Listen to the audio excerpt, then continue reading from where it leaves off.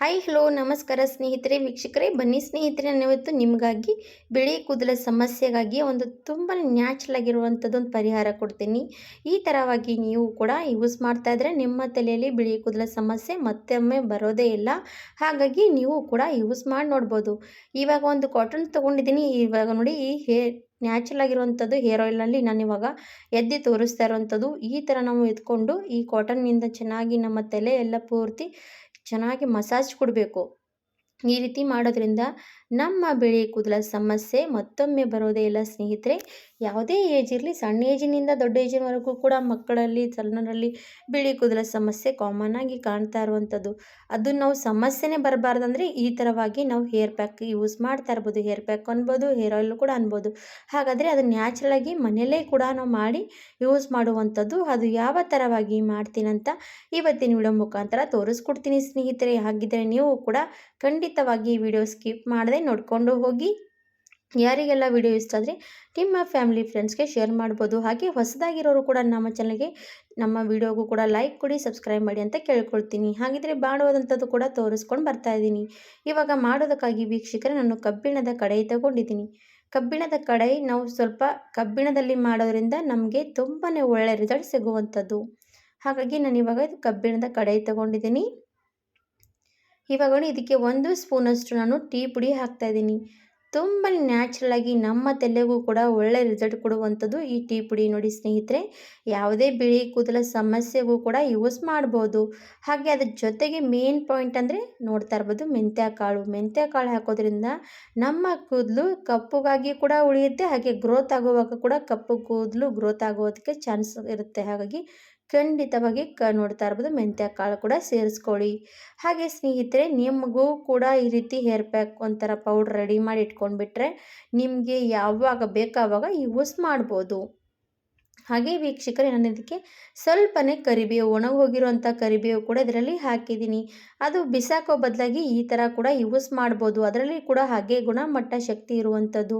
ನಮ್ಮ ಕೂದಲು ಕಪ್ಪಗಾಗಿ ಉಳಿಯುತ್ತೆ, ಕೂದಲು ಚೆನ್ನಾಗಿ ಗ್ರೋತ್ ಆಗೋದಕ್ಕೂ ಸಹಾಯ ಮಾಡುತ್ತೆ.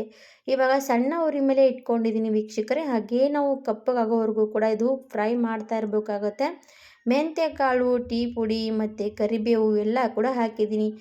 ಹಾಗೆ ಇನ್ನೊಂದು ಏನು ಸೇರಿಸ್ಬೇಕಂದ್ರೆ ಸ್ನೇಹಿತರೆ, ನಾವು ಮನೆಯ ಮುಂದೆ ಹಚ್ಚಿರುವಂಥದ್ದು ಏನಪ್ಪ ಅಂದರೆ ತುಳಸಿ ಎಲೆಗೆ ಮುಂದೆ ಹೂವಾಗ ಬಿಟ್ಟಿರುತ್ತಲ್ವ, ಅದು ಹೂವುಗಳು ಮಾತ್ರ ತೆಗಿಬೇಕು. ಆಮೇಲೆ ಅದರ ಮುಂದೆಗಡೆ ಇರುವಂಥದ್ದು ಈ ಥರ ನೋಡ್ತಾ ಇರ್ಬೋದು ದಂಟು ಮಾತ್ರ ಅದಲ್ಲಿ ಸ್ವಲ್ಪ ಚೂರಾಗಿ ಒಣಗೋಗಿದ ಮೇಲೆ ಈ ರೀತಿ ಹಾಕಬೇಕು.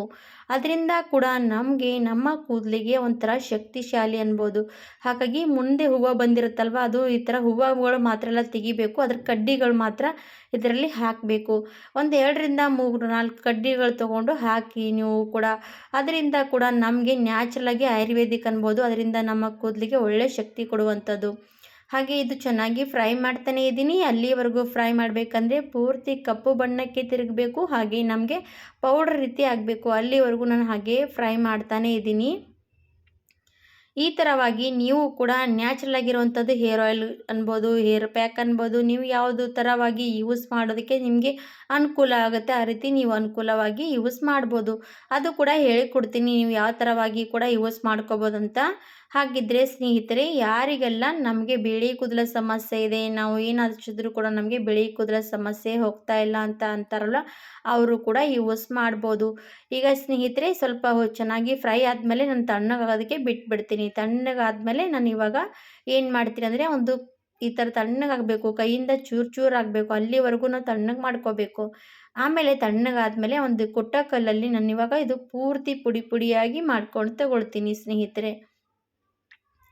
ಪೂರ್ತಿ ಪುಡಿಯಾಗಿ ಪೌಡ್ರ್ ಆಗಬೇಕು. ಹಾಗೆ ಸ್ನೇಹಿತರೆ ಏನಂತಾರೆ ಅಂದರೆ, ನಮಗೆ ಬಿಳಿ ಕೂದಲ ಸಮಸ್ಯೆ ಬಂದಮೇಲೆ ನಮ್ಮ ಬಿಳಿ ಕೂದಲು ಮತ್ತೆ ನ್ಯಾಚುರಲಾಗಿ ಕಪ್ಪಗಾಗಲ್ಲ ಅಂತಾರೆ. ಯಾಕಾಗಲ್ಲ ಸ್ನೇಹಿತರೆ? ಸಣ್ಣ ಏಜಿನಲ್ಲಿ ಕೂಡ ಮಕ್ಕಳಿಗೆ ಬಿಳಿ ಕೂದಲ ಸಮಸ್ಯೆ ಬಂದಿರುತ್ತೆ. ಒಂದೊಂದು ಏಜಿನ ತಕ್ಕಂಗೆ ಬಿಳಿ ಕೂದಲ ಸಮಸ್ಯೆ ಬಂದವರು ನೀವು ಯೂಸ್ ಮಾಡಿ ನೋಡಿ, ನಿಮಗೂ ಕೂಡ ನ್ಯಾಚುರಲಾಗಿ ನಿಮ್ಮ ಬಿಳಿ ಕೂದಲ ಸಮಸ್ಯೆ ನಿವಾರಣೆ ಆಗುತ್ತೆ. ಇವಾಗ ಇದು ಪೌಡ್ರ್ ರೆಡಿಯಾಗಿರುವಂಥದ್ದು. ನಾನು ಇವಾಗ ಒಂದು ಜರಡಿ ತೊಗೊಂಡಿದ್ದೀನಿ. ಜರಡಿಯಲ್ಲಿ ನಾನು ಇವಾಗ ಇದು ಪೌಡ್ರ್ ಸ್ವಲ್ಪ ಜಲ್ಲಿಸ್ಕೊಂಡು ತಗೊಳ್ತೀನಿ. ಈ ಥರ ನಾವು ಪೌಡರ್ ಮಾಡಿ ಇಟ್ಕೊಂಡ್ಬಿಟ್ರೆ ಸ್ನೇಹಿತರೆ ನಮಗೆ ವರ್ಷಾನುಗಟ್ಲೆ ಕೂಡ ನಾವು ಯೂಸ್ ಮಾಡ್ಕೋಬೋದು. ಹಾಗೆ ನಾನು ಸ್ವಲ್ಪ ಪ್ರಮಾಣದಲ್ಲಿ ಮಾಡಿರೋವಂಥದ್ದು, ನೀವು ಕೂಡ ನಿಮಗೆ ಎಷ್ಟು ಅನುಕೂಲ ಆಗುತ್ತೆ ಅಷ್ಟು ನೀವು ಮಾಡ್ಬೋದು. ಇವಾಗ ನೋಡಿ ಇದು ಪೌಡ್ರ್ ಪೂರ್ತಿ ರೀತಿ ಜರಡಿ ಹಿಡ್ಕೊಂಡು ಬಂದರೆ ಮೇಲೆ ಇರುವಂಥದ್ದು ಸ್ವಲ್ಪ ದಪ್ಪ ದಪ್ಪ ಎಲ್ಲನೂ ಕೂಡ ಸೈಡಿಗೆ ಇಡಬೇಕು. ಯಾಕಂದರೆ ನಾವು ತಲೆಯಲ್ಲಿ ಹಚ್ಕೊಂಡ್ರೆ ಏನು ಹಚ್ಕೊಂಡಿದ್ದೀವಿ ಅಂತ ಯಾರಿಗೂ ಕೂಡ ಗೊತ್ತಾಗಬಾರ್ದು. ಆ ಥರ ನಾವು ಈ ರೀತಿ ಪೌಡ್ರ್ ಮಾಡ್ಕೋಬೇಕು. ಇವಾಗ ಇದು ಪೌಡ್ರ್ ರೆಡಿಯಾಗಿರುವಂಥದ್ದು ವೀಕ್ಷಕರೇ. ಮುಂದೆ ಏನು ಮಾಡಬೇಕಂದ್ರೆ ನಾನು ಇವಾಗ ಅದೇ ಕಬ್ಬಿಣದ ಕಡೆಗೆ ಮತ್ತೊಮ್ಮೆ ಬಿಸಿಗೆ ಇಟ್ಕೊಂಡಿದ್ದೀನಿ. ಇವಾಗ ಬಿಸಿಗೆ ಇಟ್ಕೊಂಡಿರೋಂಥ ಕಡೆಯಲ್ಲಿ ನಾನು ಒಂದು ಅರ್ಧ ಲೋಟದಷ್ಟು ನೀರು ಹಾಕ್ತಾಯಿದ್ದೀನಿ. ಜಾಸ್ತಿ ಕೂಡ ಇಲ್ಲ, ಒಂದು ಅರ್ಧ ಲೋಟದಷ್ಟು ನೀರು ಹಾಕಬೇಕು. ಆಮೇಲೆ ನೀರು ಸ್ವಲ್ಪ ಕುದಿ ಬರೋದಕ್ಕೆ ಸ್ಟಾರ್ಟ್ ಆಗಲಿ. ನೀರು ಕುದಿ ಬರ್ತಾ ಇರುವಾಗ ನಾನು ಅದಕ್ಕೆ ಏನು ಮಾಡ್ತೀನಿ ಅಂದರೆ, ನಾನು ಸ್ವಲ್ಪ ಕೊಬ್ಬರಿ ಎಣ್ಣೆ ತೊಗೊಂಡಿದ್ದೀನಿ. 1 ಸ್ಪೂನಷ್ಟು ಕೊಬ್ಬರಿ ಎಣ್ಣೆ ತೊಗೋಬೇಕು ಒಂದು ಬೌಲಲ್ಲಿ. ಇವಾಗ ನಿಮ್ಮ ಕೂದಲು ಅನುಸಾರವಾಗಿ ನೀವು ಜಾಸ್ತಿ ಕಡಿಮೆ ಮಾಡ್ಕೋಬೋದು. ಇವಾಗ 1 ಸ್ಪೂನಷ್ಟು ಕೊಬ್ಬರಿ ಎಣ್ಣೆ ತೊಗೊಂಡಿದ್ದೀನಿ. ಅದು ಕೊಬ್ಬರಿ ಎಣ್ಣೆಯಲ್ಲಿ ಮಾಡಿರುವಂಥದ್ದು ಇವಾಗ ಪೌಡ್ರ್ ಇದಲ್ವ, ಅದು ಒಂದು ಅರ್ಧ ಸ್ಪೂನಷ್ಟು ಹಾಕಿ ಕಲಿಸ್ಬೇಕು. ಈ ಥರ ಡಬಲ್ ಬಾಯ್ಲರ್ ಮಾಡಿದ್ವಿ ಅಂದರೆ ನಮಗೆ ಎಣ್ಣೆ ಜಾಸ್ತಿ ಸುಟ್ಟೋಗೋಲ್ಲ, ಹಾಗೆ ಚೆನ್ನಾಗಿ ಕಲರ್ ಕೊಡೋದಕ್ಕೆ ಒಂದು ಸಹಾಯ ಆಗುತ್ತೆ. ಹಾಗಾಗಿ ಡಬಲ್ ಬಾಯ್ಲರ್ ಮಾಡ್ಕೋಬೇಕು.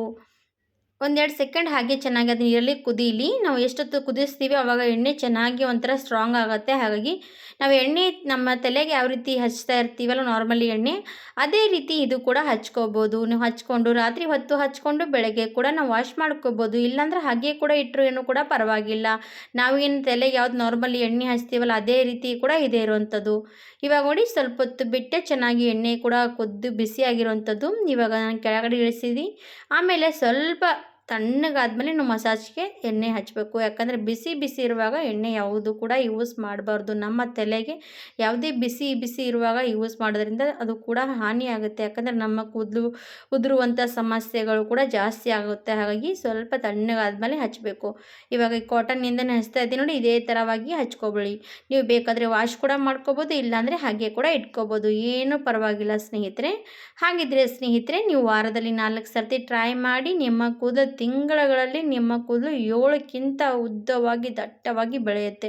7% ಉದ್ದವಾಗಿ ಚೆನ್ನಾಗಿ ಬೆಳೆಯುತ್ತೆ ಸ್ನೇಹಿತರೆ. ಹಾಗಾಗಿ ಖಂಡಿತವಾಗಿ ನೀವು ಕೂಡ ಟ್ರೈ ಮಾಡಿ ನೋಡಿ ಅಂತ ನಾನು ಅಂದ್ಕೊಳ್ತೀನಿ. ಹಾಗಿದ್ದರೆ ನಮ್ಮ ವಿಡಿಯೋ ಯಾರಿಗೆಲ್ಲ ಬಂದಿರುವಂಥದ್ದು ಅವರು ಕೂಡ ನಮ್ಮ ವಿಡಿಯೋ ಇಷ್ಟ ಆದರೆ ಲೈಕ್ ಆ್ಯಂಡ್ ಸಬ್ಸ್ಕ್ರೈಬ್ ಮಾಡೋದೇ ಹೋಗಬೇಡಿ. ಹಾಗೆ ನಿಮ್ಮ ಫ್ಯಾಮಿಲಿ ಫ್ರೆಂಡ್ಸ್ಗೆ ಕೂಡ ಶೇರ್ ಮಾಡಿ.